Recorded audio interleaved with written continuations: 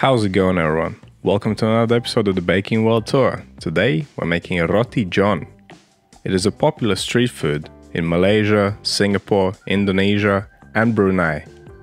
It's made with a super soft hot dog bun and filled with an omelette with curry beef, cheese, spring onions, fresh cucumber, plenty of mayonnaise and hot sauce.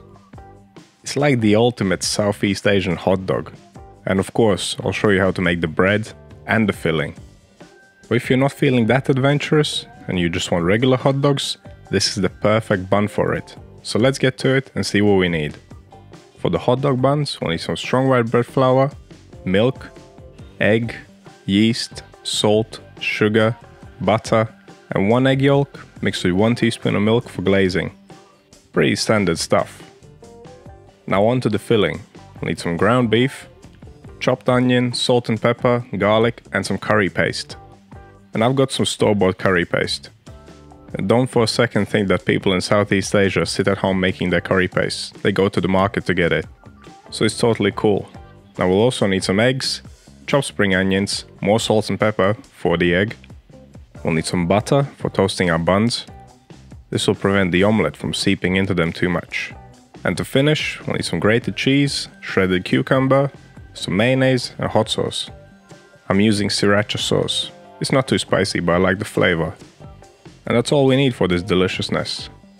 Now onto the equipment. We need a pan for cooking the roti, we need a pot for cooking the beef, then a bowl, scales, dough scraper, a temperature probe and a brush for making our dough with.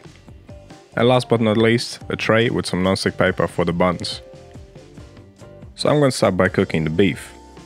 In a pan on medium to high heat with some oil, cook the onions and the garlic for around 5 minutes. Stir it up occasionally, and once the garlic starts browning, continue with adding the salt and pepper and the curry paste. Then give it all a good mix and add the beef. After adding the beef, break it up a bit, keep cooking it and stirring it just until the beef is done. We're not frying this mix, we just want it to be nice and juicy. That was pretty quick and easy, right? Now transfer it to a bowl, leave it to cool down to room temperature and then refrigerate it. Now we can move on to making our dough. Now my kitchen is really warm today, so I'm going to use really cold milk. And I've chilled down the egg as well. Kneading dough by hand really warms it up, especially in summer. So it's always best to use cool ingredients. And if the dough is not at the right temperature after mixing, simply knead it for longer. On the other hand, if it comes out too warm, then there's not much you can do. Alright, this dough is super simple. In a bowl, you want to combine everything except the flour and then give it all a good mix. You want to dissolve any large salt and sugar crystals and hydrate the yeast, and then follow that with the flour. This is about as easy as it gets when it comes to bread making. Now mix it all up, and once you don't see any more dry flour, dip the dough out on the table. Now we can start kneading. This dough is not sticky at all, so I'm going to use my regular kneading method.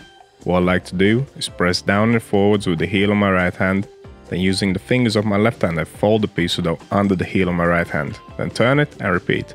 Once you've done this a few times, the motion will become fluent.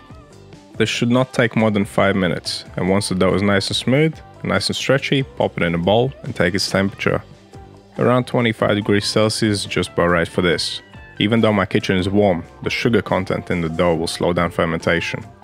So we'll cover it up and leave it to ferment for around 2 hours. It may take you less time, it may take you longer, depending on the temperature of your kitchen. But you want the dough to almost double in size, and as you can see it's risen quite well. It's nice and big, soft, and full of air. Now we can divide it. You want the buns to be the same size, so take your dough out, weigh it on your scales and divide it into 4 equal pieces. The dough scraper and scales are the baker's best friends, along with the temperature probe. Now after dividing, we want to pre-shape these. And it's pretty simple. Take a piece of dough, flatten it out, cross the 2 sides over in the middle, and then simply roll it up from the top down to the bottom. It's as if you're making a tiny loaf of bread. And after pre-shaping, we'll let these rest before the final shape. The pre-shaping step is there to make the dough nice and uniform. Because after dividing, the dough is made up of more than one piece, and it's uneven. And if you want your buns, or any bread for that matter, to be nice and uniform, you need to pre-shape, let it rest, and then do the final shaping. So I'll cover these up and give them 30 minutes. During this time the gluten will relax and make it easier to shape. And of course the dough will get another chance to rise. And now we can do the final shaping. Place the dough on the table horizontally, flatten it out, and then roll it up from the top down to the bottom. And as you roll it, tuck it forwards. And once you reach the bottom, you can roll it out a little bit to make it longer. Well, let's have a closer look at the rolling and tucking motion. Flatten the dough, fold the top piece over and tuck it forwards. This must be the easiest shaping ever. Now pop your buns on a tray with some non-stick paper, cover them so they don't dry out, and leave them to ferment. You want to let them proof until they're nice and big, and during the final hour of fermentation, preheat your oven 160 degrees Celsius with a fan on. It's important to let the buns rise until they're nice and big. If yours don't look like this, leave them for longer. Because if you want them to be super soft and fluffy, you better let them rise. So there's one more step we need to take before we bake them. That's brushing them with the egg yolk and milk glaze. And you can brush them twice to be nice and thorough. Looking good so far. Let's pop these bad boys in the oven. They'll take around 25 minutes. And once they're puffed up and golden brown all over, they're ready. Now you can turn them around halfway through the bake to get a nice even crust. Now we need to let them cool down for around 30 minutes before we take the next step. And just look at these things. This is like the ultimate hot dog bun. They're so soft and fluffy, and that crust looks amazing. So like I said earlier, if you don't feel adventurous and you don't want to make Asian fillings, you can simply turn this into a regular hot dog.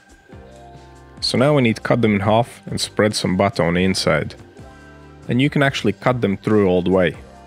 I found out that it's easier to cook them when they're two separate pieces. The filling will keep them together anyway. So now we just need to mix up the omelette and we can start cooking. Get your eggs, add the salt and pepper and the spring onions, and give it all a good mix until it's nice and combined. A note on the pepper in this recipe, I'm using white pepper for the beef and for the eggs. White pepper is a common ingredient in Southeast Asia, but you can definitely use black pepper instead. Now add the curry beef to the eggs and mix it all up. Now let's head over to the stove and start cooking.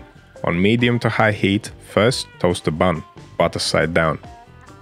And once it's nice and golden, take it out of the pan, add a little bit of oil, and add the omelette, a quarter of it, because we're making 4 buns. The main reason for toasting the bun in a pan with the butter is to prevent the egg from soaking into it too much. Let the egg mix cook for about a minute before you add the buns. Now you want to press the bread into the egg. And after you added the bread, you want to keep cooking this for around a couple more minutes. Of course, it all depends on the heat in your pan. Lastly, flip it over, add the cheese. You can actually take the bun out of the pan and then add the cheese if you want. Makes it easier. I just kept it in the pan because I have to film it. Now simply fold it shut to melt the cheese and continue on with the next. And that's how you make Roti John. All we need to do now is finish it with a couple more ingredients and tuck in. The shredded cucumber, mayonnaise and hot sauce really balance this out. And this was absolutely delicious. It must be one of the best things I've ever made on this channel. I know I've said that before, but damn, it's just so good. So what do you think of this beautiful thing? Is that something you would try? Have you tried it before? Let me know down in comments. And if you have any questions or suggestions, also let me know. Check out the other videos in the Baking World Tour and click that subscribe button if you haven't already, because if you love bread and baking, you've come to the right place. Thank you for watching, and I'll see you in the next one.